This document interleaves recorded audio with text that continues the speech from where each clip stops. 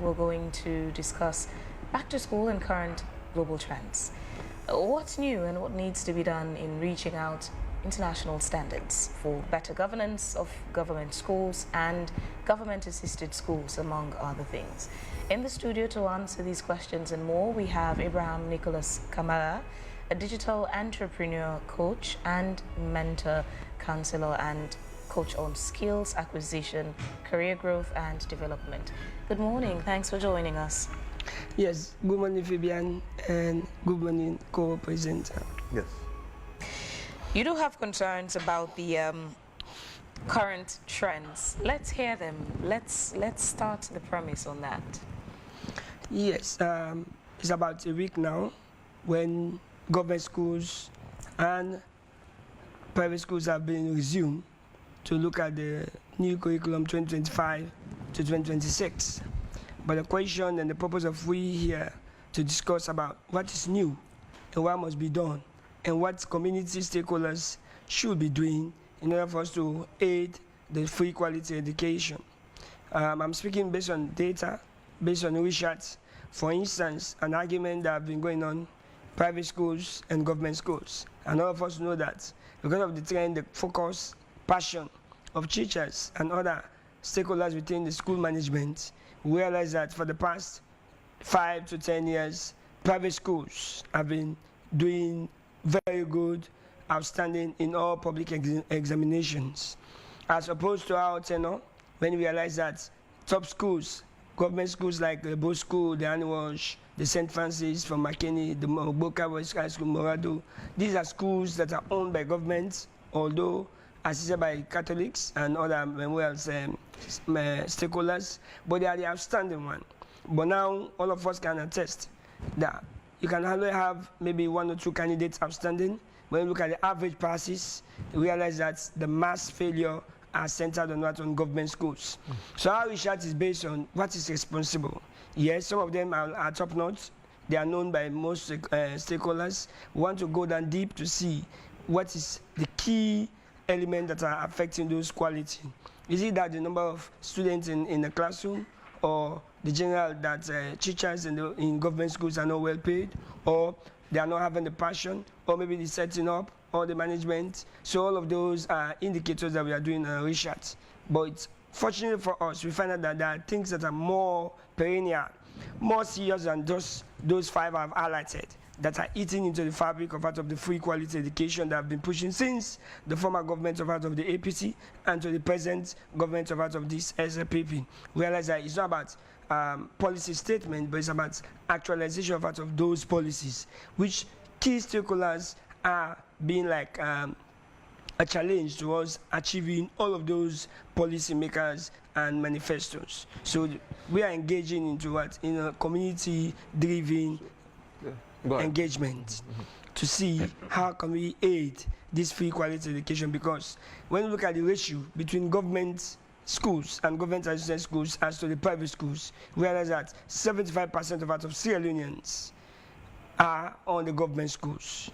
Only few, the HAPs and the average, can afford for private schools. So those are challenging issues. So if all of us, we are focusing on quality for the private schools, what's happening to our people in the provinces? What happened to our people in the regional areas? So let's lay the foundation. You'd said that you had gone deeper to dig, and you've unearthed the reasons why somewhat the free school quality education is not succeeding. So what are these things? Yes, for our season, about a month ago, when we engaged into this Western Rural and the Northwest, we learned that the school management committees have been one of the challenging things. These are structures in the government schools and government-assisted schools that have what they call school management committees. But not that they are not there, they are there. But the managerial perspective of it, the perception that these are owned by states, these are owned by communities. So the leadership has always been the problem between the principals and these community elders to see who owns the schools and what can be done. For instance, we have an indicator in one of our research questions in terms of school properties, who monitors them, school environment, who supervises that, school leadership, who take the owner, who is the head. most of you realize that the principals or headmasters are always in a loggerhead with those school management committee members. So there is always a gap, because the sitting principal or the headmaster cannot go in line with the school management chair. So that disparity always poses a problem. And who suffers?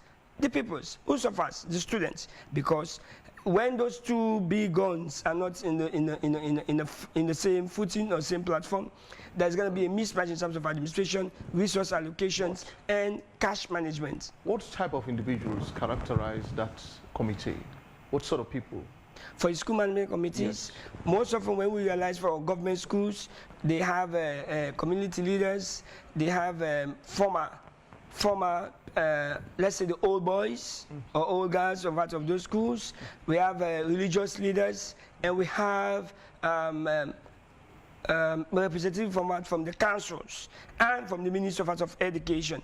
Okay. Depends on the level of the school. Right. For secondary schools, that's been the setting. Also for primary schools, we have former peoples, we have religious leaders, and we have a school representative in the councils. Right. I understand. Now that we've laid the foundation, so in what ways is this committee undermining the progress of these schools? Fine. When you look at resource mobilization, one thing I wanted to say is about not casting blame here, because they too will have their own submission that we are trying our best, but the resources are not forthcoming. For instance, they will tell you first time allocation has not been allocated to us, or sometimes second term allocation has not been reaching us. We are now in the third term. So you got to realize that resource allocation is what is always been the challenge.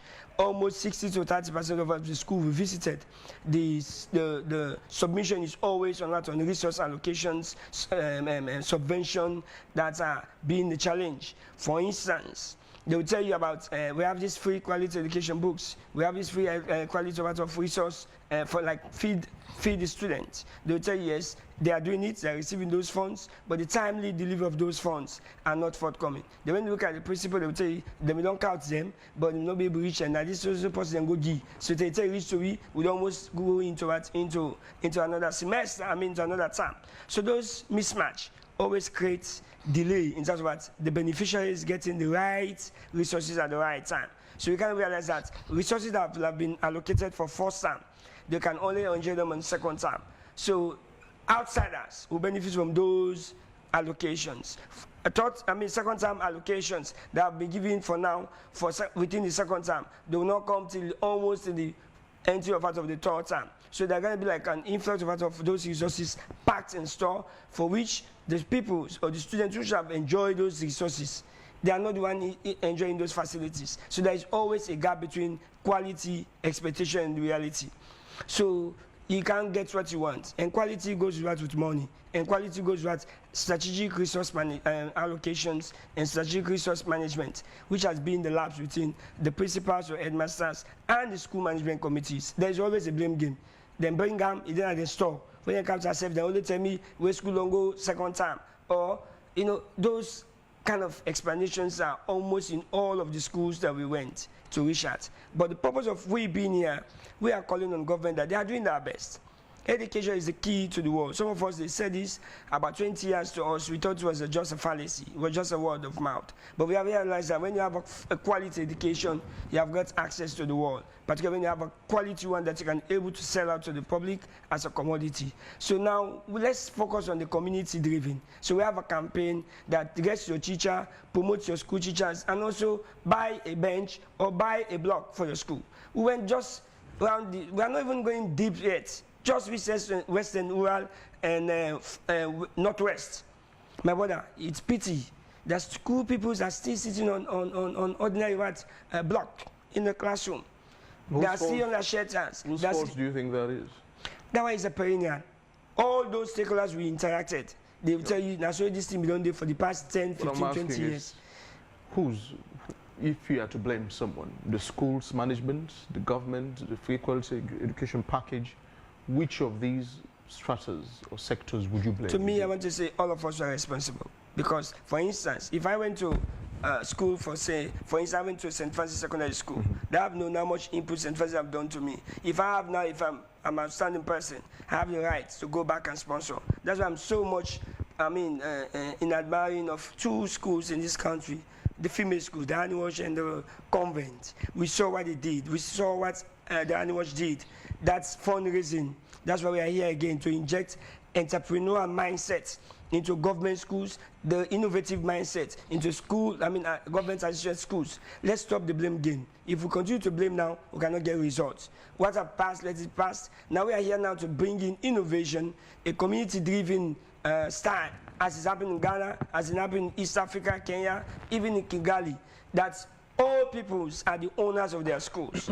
For instance, our schools are back. You can see when you go down, I'm giving an assignment, don't go for even in these government schools, you can see a teacher appearance, no new thing, bench shoes, dirty clothes, no ironing clothes. So you have a people that is going to that school, bring out a shirt, bring out a shoe, bring out something that the school need, go and donate to the school, don't give money. Does that not defeat the entire purpose of the free quality education? Some aspects of it where it was mentioned, it is to reduce the burden on the parents and guardians as to how much money they're pumping into their children and wards' education.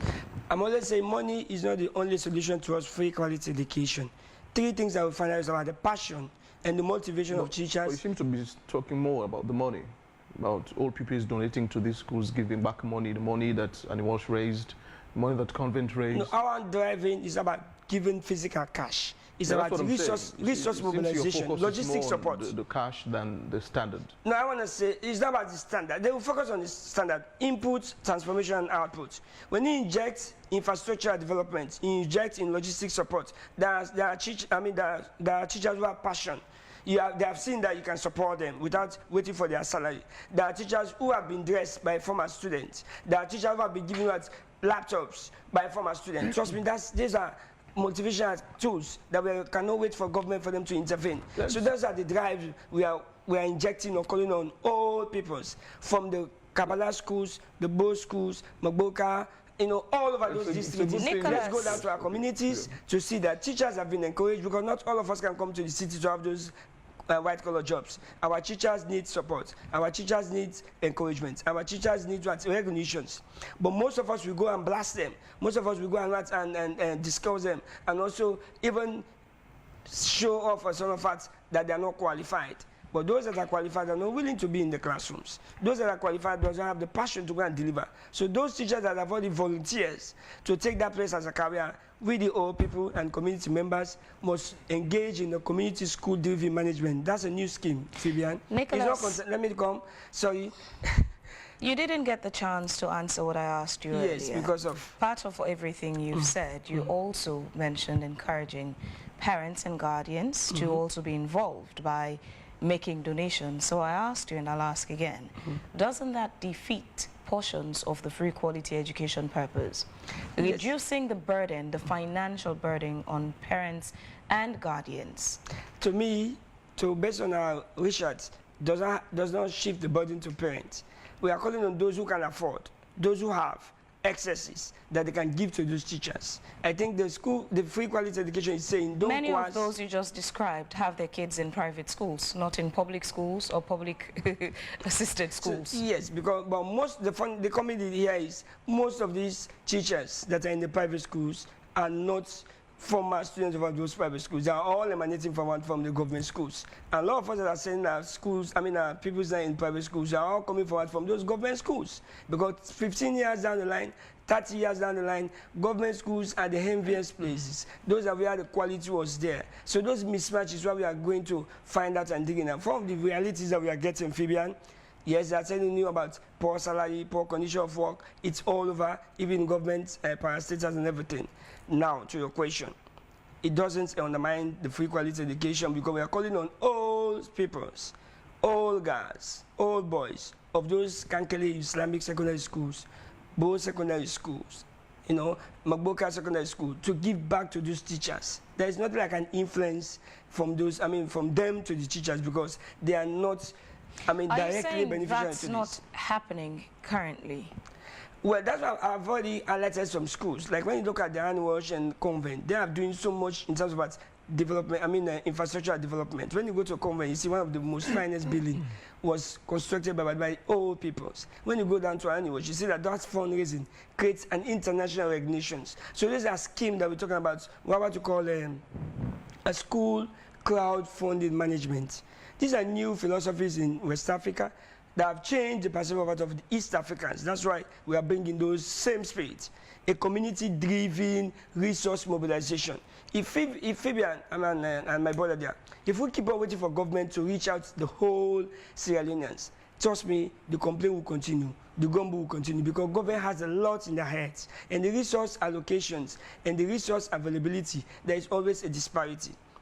You know, from Adam Smith, the invisible arm, no government wants to fail, but the resource allocations and the opportunity to reach out all has always been a challenge. So if you know you have been a beneficiary from the Kankele Islamic Secondary School, from the Ahmadiyya Secondary School, you know the condition that you went through, but now God has blessed you. Fabian, I'm telling you, go back and donate something. Buy a chair, buy a desk, buy a whiteboard, buy this. Those are things that one person can afford 500,000. Could you believe it? Just between who are here, then they tell you so will not get chalk. So this brings us to let's look at your research process itself. What was your research methodology? The methodology is about, we look at observation, which was key. We use almost 60% of our time in terms of observation. We have a primary data collection. We have a questionnaire, and we are still working on a digital Google Sheets that we are putting together. Who are your main respondents with your questionnaires? Fine. For the Western rural and even in Freetown here are the teachers, school management. Some schools they can able to reach out to school management committees and past and current students. Within these past 2 or 3 months, we are on this. So the research methodology we use both primary and secondary approach by using a questionnaire observation. And did you try to talk to the current pupils and the past pupils association? Many of these schools have an association, a body of alumni. Yes, we're about to reach some of them, and like I said, the private schools. The private schools are no, we have already reached out some, but majority, because it was at school. I mean, there was an holiday. Have you concluded your research? We have not. It's an ongoing thing. So if you've not concluded your research, it's still ongoing. How then do you now begin to engage the media when you've not concluded? Wouldn't you probably perhaps would have waited to conclude? That way there's more information, you have a complete research, as opposed to an engagement now with pending answers. Well, we have gone almost 35% of the findings, and we realize that the respondents and our target audience having almost similar feedbacks, comments, and opinion. So now we look at time management. School have just opened. If we miss it now, 2 weeks into if we miss the it new now, calendar. If we miss it now, and you have 35% of your work done from the research. Yes. So you're using 35% of that 100% work you're to do to now communicate. Yes. What we are bringing out now is about awakening the mindset, calling on a community school driven, which has not been in our system in Sierra Leone, that everything is being pushed to government, everything is pushed to councils. When you look at those teachers, they'll tell you the council will not do this, the government will do this for you. I say, okay, can we put government and council aside? Let's bring in new spirit, which is the community resource mobilization. It's a new phenomenon, it's a new start. So that's why we are communicating it now, so that we can inject and transfer that passion. Or those who doesn't know that if I have been a former student of Mr. School A, I have the right to go and sponsor. So we look at the time management and the strategic need of this information. That there are schools and the information in itself, there are disparities obviously, and the problems of a school perhaps in the western area, urban, could not necessarily be the exact problem of a school in perhaps western area, rural, or a school in the provincial areas. That's what we have discovered. They could have unique problems, but they could have general problems, but there are also unique problems. So this leads us to, how did you select the schools you're doing the research on? In the Western area, we focus on 5 or 6 schools, which are the top private schools that we perceive. We do more of observation, because sometimes when you want to talk to those principals or they call them managers or proprietors, they tell you, can you leave your questionnaire? We say, no, this one-on-one. Then we went also in the provincials. We have a selective. We have Western urban, Western rural, West and Northwest, and in the North. You understand? In the Southeast, we only use like 1 or 2 schools to see observation during summer schools. We went there to do observation to see, and we interact with the school people. What is disturbing them, and what is their needs, and what do they need in terms of making free quality education works. And also some community, we visited the councils and we visited those community members to give us their feedbacks. But like I said, everybody having two focus. Council not do for with this, government do for with this. That's okay. If these two people are not there, what next to be as a as a benefactor to aid this free quality education? Few people give you the feedback. So that's why we are bringing in now the third party, right, who are the old members, those community-driven resource mobilizers, to transfer that passion, to give back to their schools, and to ensure that what the government intend is being actualized based on that logistic support and sending out a message. When you go out to your old school, don't discourage those teachers. Send them a congratulating message, give them a thumbs up. You can even coach and mentor them how to improve in their delivery rather than just casting them down. I think we've compounded education a bit, and in a way we've caricatured the whole process. You know, education is a serious business. Major. And I feel there's a lot of gestury surrounding education these days. The seriousness aspect of book learning, if I would put it that way, has been extricated, has been removed. Let's go back some 60 years, 50 years ago. Let's talk about O levels. They didn't have computers. They didn't have much of what we have these days. But I'll tell you that these people are perhaps some of the most educated people in our society today. Now, what you're talking about, the privileges you want to discuss here, those teachers in those days didn't have them. Most of these teachers trekked to school. Let's discuss integrity. Let's discuss hard work.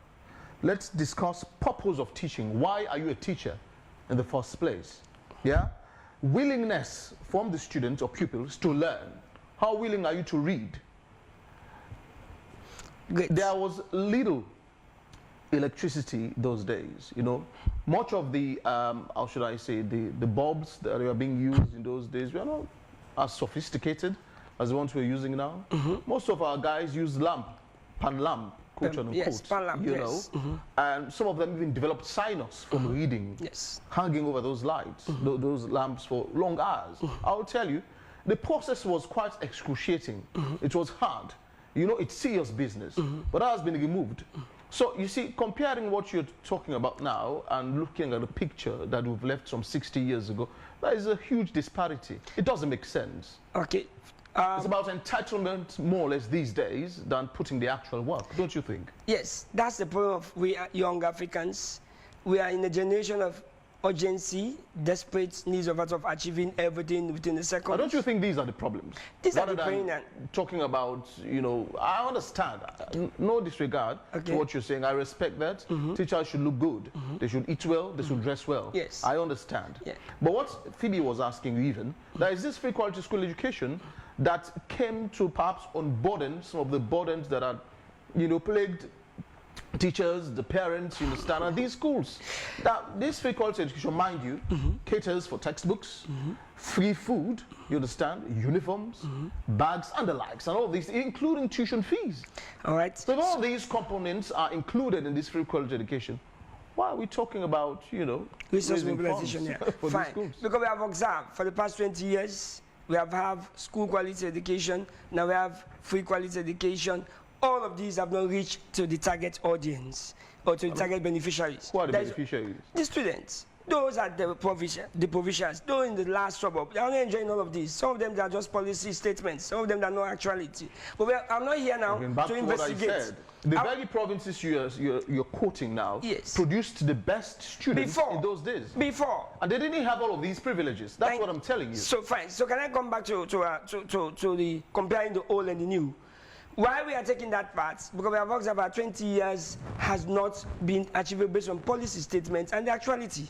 But we are not here now to assess government's projects or government's policies. What we are looking at the gap between government statements and the policy statements and the manifestos from those who should have benefits of all of those quality education, free quality education. Now to the 30s and the 60s.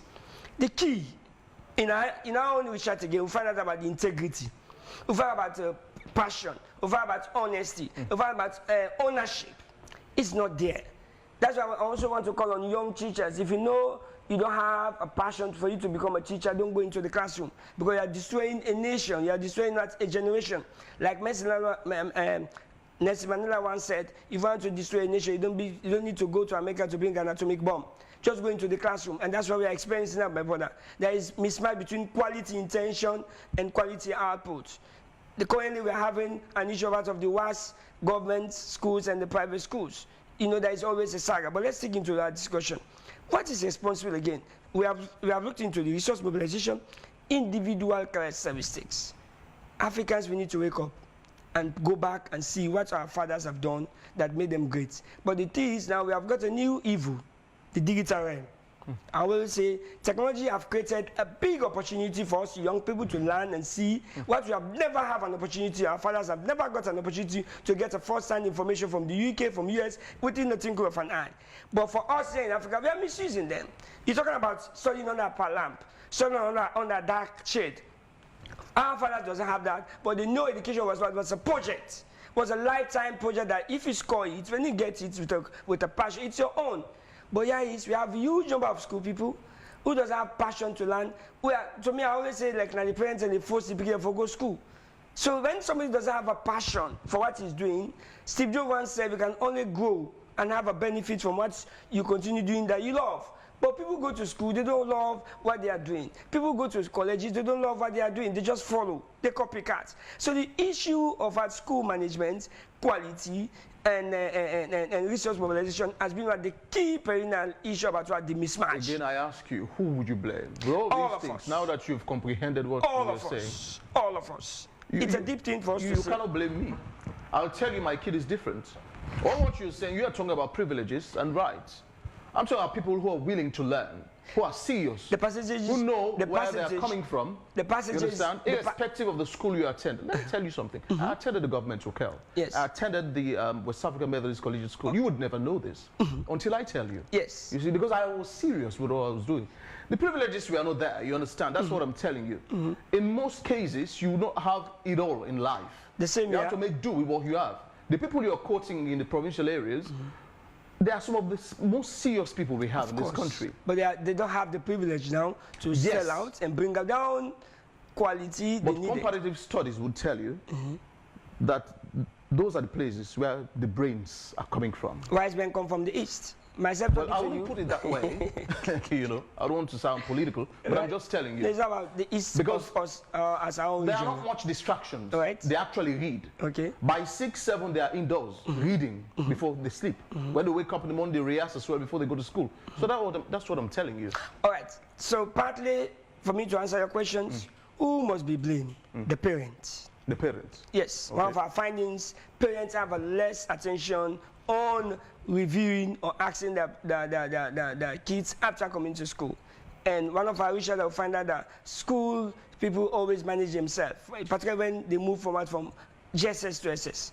They're almost independent. They go to syndicates they want. They choose whatever they want. For instance, the mismatch of Beckett to SS1. School people, when they don't go to the school of their choices, they have to dictate to their parents. So the parents is one factor that we'll find out. Parents need to come up. Parents need to come up and supervise. The school teacher only have 6 hours, sometimes even 5 hours with their kids. So the parents need to do more and realize that co-education is a real business and that's a project. Another thing that we realize, again, that's been the problem, the school, we the students ourselves. We don't take education as a resource that we need to tap in, that we need to attract, and we need to manage. We have been influenced, we have been forced to make choices, rather than making our own choice, as opposed to our own time. I always say this in our own time, they always say, we will not meet up with education on poor. Because I didn't go into the A levels or A levels, but I attended the St. Francis, and Our Lady, which is a pure government schools and father school. You understand? But now we choose that there is a bright at the top of the tunnel. So the problem again, there comes in career counseling and social mobilization in terms of psychological and perceptional change, which is lacking in most of these government schools in the provinces. I don't know for Freetown, we have not visited much of those high schools, but for the provinces that we went, we have not seen any setting that they have this civic education and counseling to show a path. That if you want to become a doctor, these are the subjects you want to do, you must do. If you want to become an entrepreneur, these are the subjects you should be doing. If you want to become a philanthropist, these are, it's not there. So it's about people just striving, going. There is no mentorship, there is no coaching. I mean, that's another challenge. Right. Who is to be blamed again? You understand? With school management committees, because these are people that are very strategic. It's a whole committee that is full of change, that people choose them because of their influence. But most often, people carry titles, like you said. People carry titles, they don't have passion to go down into these problems. They only handle those problems in two areas, council and the Nicholas, just quickly, okay. Why did you do the research you're on right now? Thank you. What's the objective there? Yes, we want to decongest the attraction of private schools so that we focus on our government schools and government associated schools, because these ones have the highest number of potentials. Look at my brother. When he tells that he attended those schools, it's amazing because your articulation and your presentation doesn't seem as what is happening in those schools. All those people that we think are doing better in public exams or international competitions are coming from those top-notch private schools, as opposed to 20 years or 30 years down the line. So we want to draw back that glory. Let's go down to our community schools. Let's go down to our village schools so that we can tap into those leaders who are hidden into this suburb. They need light to penetrate into these urban cities because we have left them behind, and that's been a serious problem. All right, thank you very much, Abraham Nicholas Kamara, for being with us. We'll come back to you in a bit. Tomorrow, Sierra Leone will join the rest of the world to commemorate the International Peace Day on the theme, Cultivating a Culture of Peace. However, Sierra Leone has been scarred by a decade-long civil war that ravaged the country between 1991 and 2002, causing over 50,000 casualties. A decade later, an Ebola epidemic broke out, taking roughly 4,000 lives and fragilizing the social cohesion at national and regional levels. Now, due to these disrupting events, it has been extremely complex to engage in meaningful peace-building and state-building processes by local, national, or international actors. Various approaches and strategies have been set in place, but a sustained attention towards peace at all levels has been lacking, which led to the setting up of the independent National Commission on Peace and Cohesion to help address ethnic and regional divides along political lines across the country, as well as to strengthen peace and national inclusion. But how far have we gone as a nation? As we discuss the importance of the Peace Day in Sierra Leone. In Studio 2, we have Philip Bona, who's the Director of Conflict Prevention from the Peace Commission. Good morning. Thanks for joining us, Philip. Good morning. It's always perhaps apt to start these conversations with an assessment setting up the benchmark for where we would put our current Peace Act. Philip, how would you describe Sierra Leone's current peace, when mostly some of your colleagues in this space would say the absence of war doesn't always mean peace? Yeah, thank you.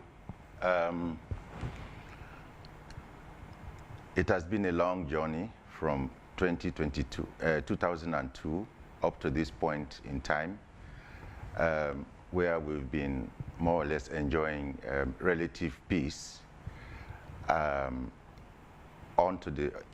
to the setting up of the Independent Commission for Peace and National Cohesion, as recommended by the Truth and Reconciliation Commission of 2002, and established in 2023 by Act of Parliament. And 3 years down the road, the mandate given to this commission, where I also am one of the directors, which is to promote peace and national cohesion. We've been working on that for the past 3.5 years. That notwithstanding, with ups and downs in terms of upheavals, looking at 2022, looking at November last year, and also, of course, guiding the unity agreement process, where the Commission has been very active in supporting the government and in the international community.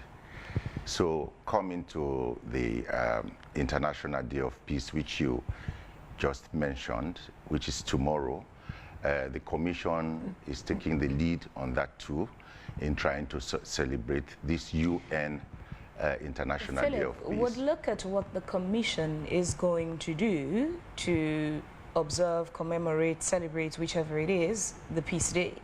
I'll go back to what I asked you earlier. As a member of that commission, how would you assess Sierra Leone's current peace? Well, Sierra Leone's current the state in which we find ourselves as a nation in terms of peace is sort of fragile in the sense that if you look at the general elections we concluded in 2023 and the differences in opinion with regards to the results, the outcomes of that election, of course we see that we are having two different opinions. One group, the opposition, claiming that the present government did not really win the elections. But that notwithstanding, we see that through the unity agreement, where all parties participated, people are actually coming to the realization that this is the one country we are having, and we have to definitely make sure that we don't revert to the 1990s. So from my own personal opinion, I want to believe we as a nation stand for, a cohesive peace in this country. So no matter how difficult it is now, just like in many other African countries, we as an institution are also there, and many other peace-building institutions, to ensure that we support, the peace process, which actually started in 2022, and we will continue to make efforts in that direction so that we don't go back to the 1990s. Go ahead. So now that tomorrow the Commission would be celebrating or commemorating the day, you have a picture of the status of Sierra Leone as it relates to peace. What angle would the Commission be observing, celebrating, or commemorating the day from that aptly reflects Sierra Leone's context? Well, this is not the first International Day of Peace which has been organized by the Peace Commission. This is the third. We did it last year and the year before. And what is really unique about this one this time is that we want to also create a platform for peace-building civil society organizations. It is actually their day. This is how we see it. We only have the mandate to coordinate and collaborate with them. So this is very unique. So we are actually, the planning meetings we've been having, we had them with all those civil society organizations we identified. The UN usually gives, identifies a theme around which, we usually work. At one point in time, it was called End Racism. That was the theme. We domesticated it and called it End Tribalism. This time around, it's, maintaining the culture of peace, and we have also domesticated that one. We found out that, in fact, it is very important in trying to cultivate this culture of peace. We need the civil society organizations coming on board and commemorate this day and even beyond. So definitely, as we move forward, we intend or we plan to work together with these institutions in order for us to be able to set up a kind of network around peace promotion activities. The September High Court criminal sessions have begun. And guess what? I think about 27 of the cases therein are household breaking by nature. House-breaking cases in the just beginning September High Court criminal sessions. Now, it seems the effects of cushedemic and gross unemployment have begun showing off already in the country.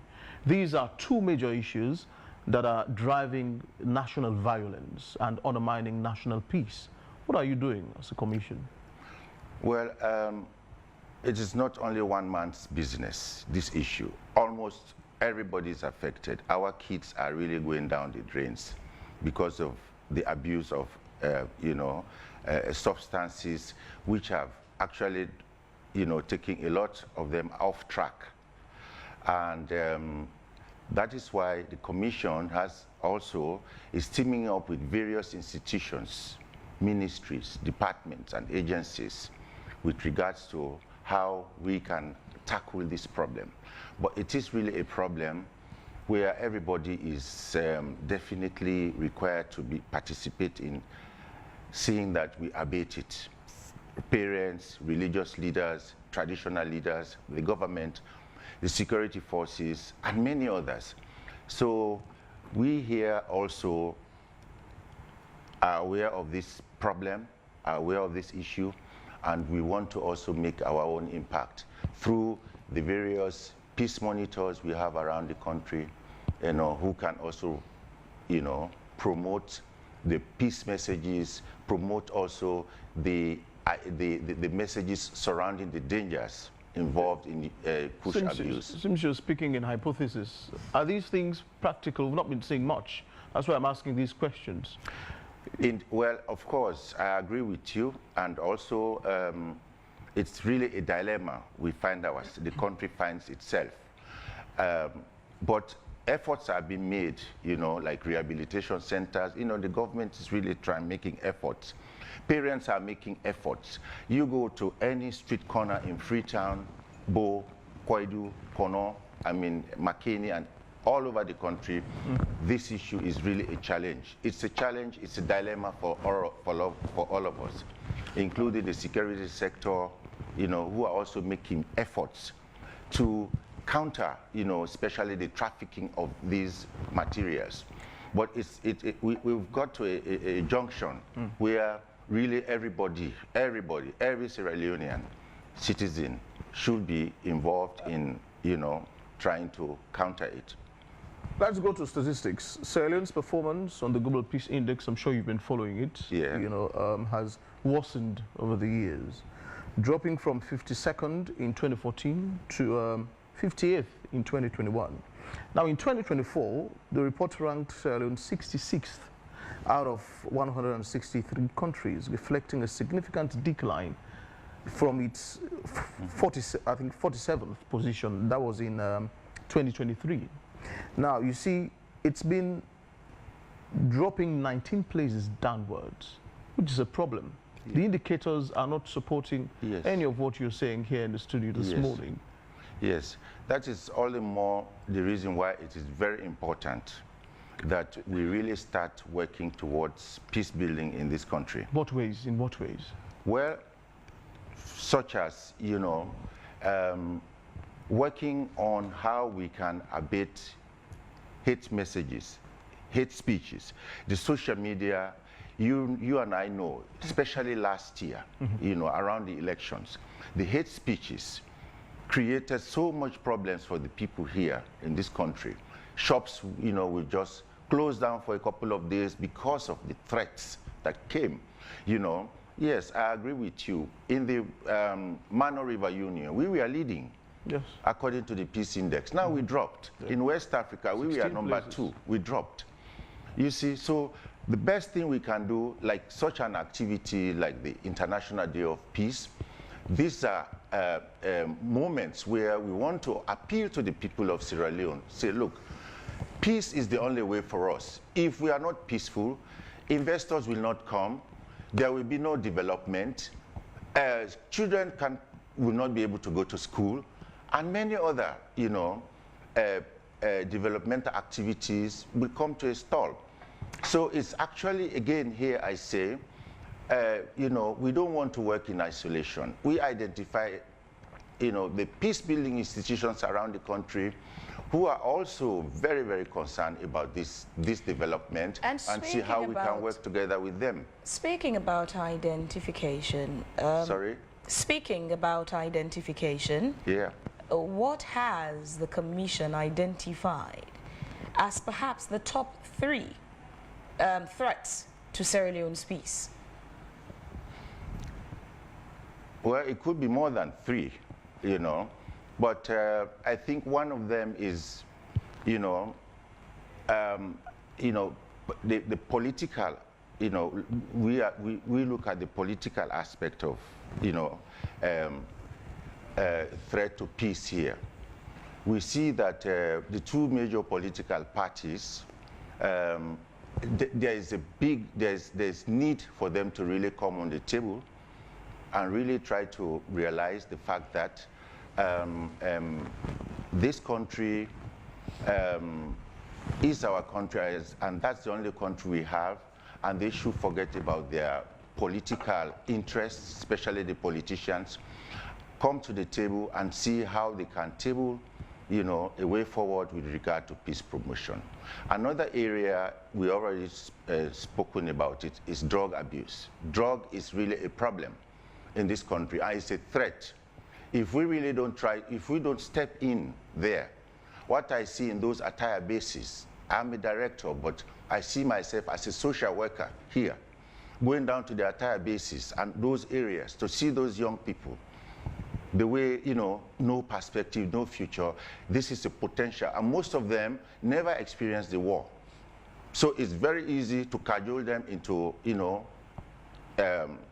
unreasonable thoughts which might degenerate into a kind of chaos here. Another area of definitely, I also agree with you, you already touched on it, is the question how we can create a situation, an environment for those young people where they could be employed to sustain themselves. A lot of them are out there, no job, I can give you an example.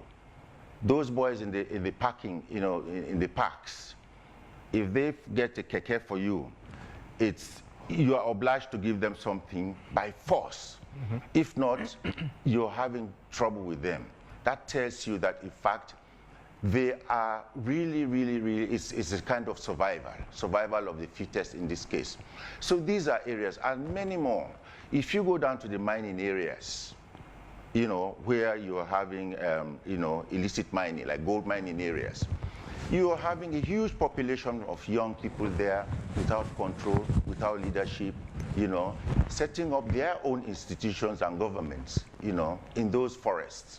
These are all challenges. And Sierra Leone is really a young population, with so many young people, children growing up. So definitely it is a challenge to the government. It is a challenge to all of us.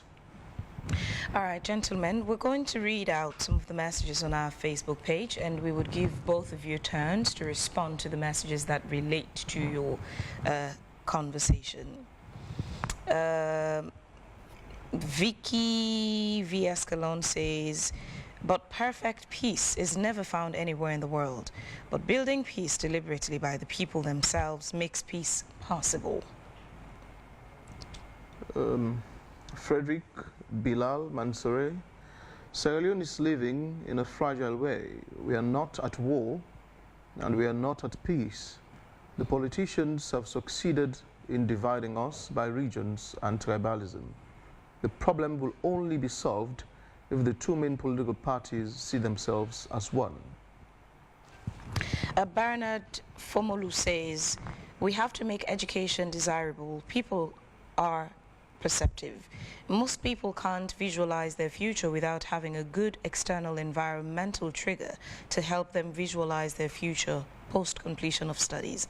Again, the perception that you can only work in the office after becoming educated is fallacious. We have to review the whole system by linking options, opportunity creation, and diversity of pathways. Vicky Viescalon is saying, but perfect peace is never found anywhere in this world. But building peace deliberately by the people themselves make peace possible.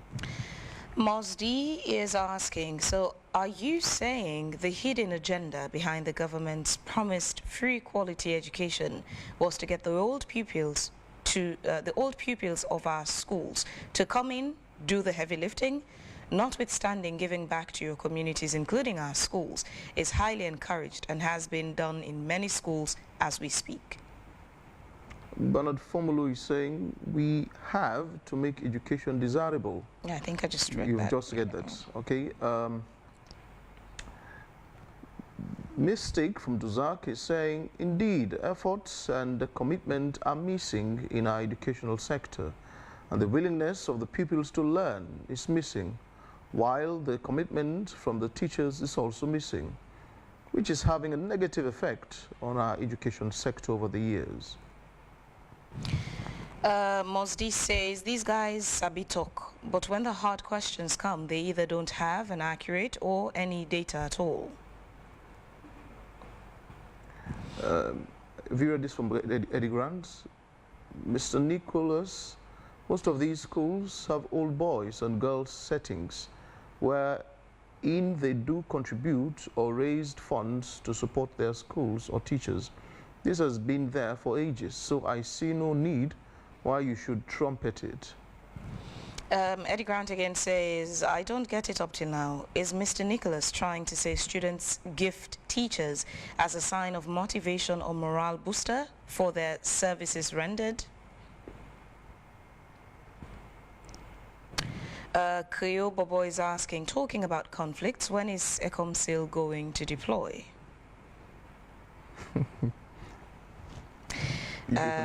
Okay. Mohammed Jallo says, my man, stop making excuses for the government. It's a burden to the parents. Be honest to yourself.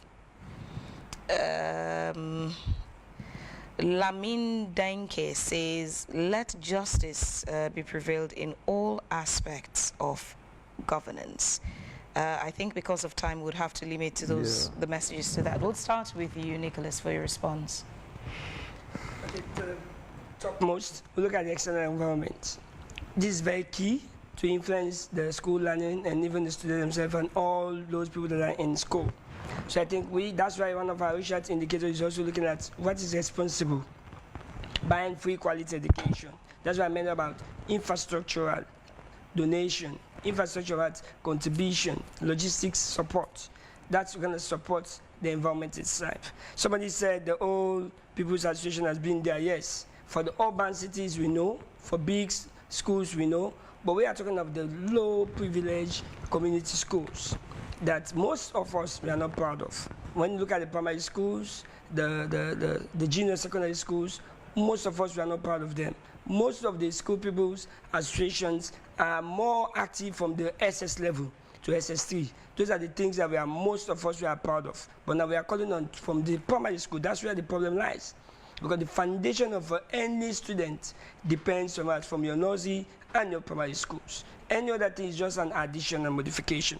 So I stand to be corrected. I want people to go in again in their villages, in their communities, to realize that these associations are not much of an active, and most often again, they mismatch their intention, their opinion from what the school needs. They go more of that power, overriding decisions, forgetting that the teachers are also having their pains, wanting to do more, but the resources are not there. So that's why I'm calling that. It's about team management, it's about passion, alignment, and like you said, honesty, integrity, and the ability of taking ownership. Another person said it's about students giving back to their teachers. No, I'm not saying current students. That's a conflict of interest. We're saying that past students who are outstanding, who can provide at least a shoe, who can provide a shirt, who can provide a marker or a table, take it back to your community, buy it, and go and give back. Or you go to the schools and ask them what do they need. Don't give them money, because sometimes that kind of creates another issue. But when you take those physical items and donate, you can see them. They'll find it difficult for them to convert them into money. You can see that they will use them. We are campaigning about resource and logistics support, not physical cash, as to oppose to the government, which they are doing that allocations and grants. Another person say again, when it comes to hard questions, we find it difficult to answer. It's about we are speaking to the world. We're speaking in between government, communities, and the state. So you have to choose your words to see that you don't stamp it in anybody, but we are here also again to raise concern that are of public opinion, that are of public concern, which we want to see. Our issue is focused on the new things. Skills acquisition. Somebody said about what is new in the schools. Most government schools, we doesn't focus on skills. It takes the grace of God for some of us to diversify now from those core arts, sciences, commercials, to see entrepreneurship as another way of life. So now we're calling on also school communities to inject skills acquisition, skills approach, talent identification. Fabian, it might surprise you, my brother.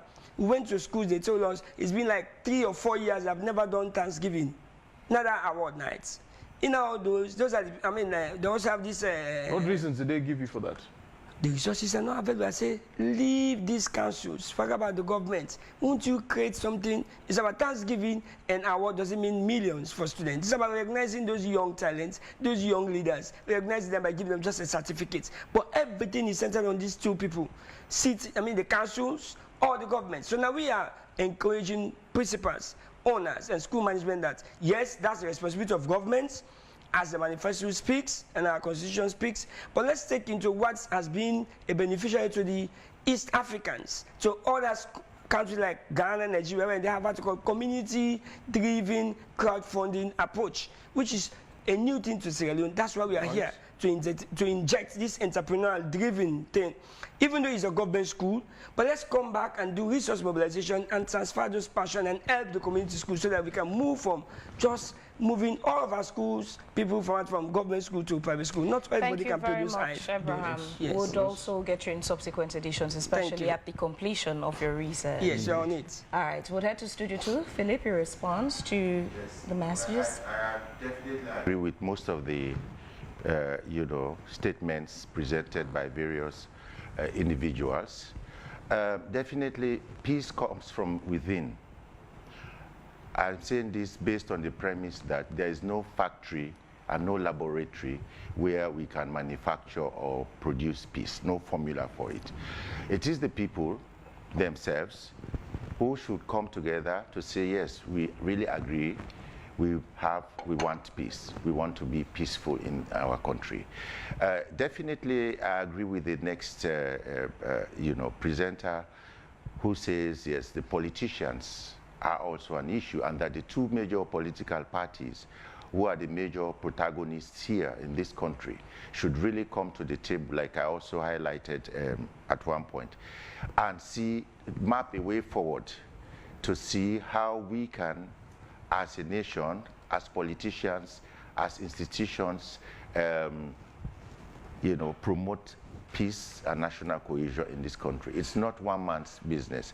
I remember in one of the symposiums we had during the International Day of Peace some years back, one of the politicians, a leading politician, was given the opportunity to make a 3-minute statement. And he looks at those young people, they are the Okada riders, and the school children, on the pavilion, and says, Ona no gree, any politician can't give una money for Leone go na street. Ona no gree for them.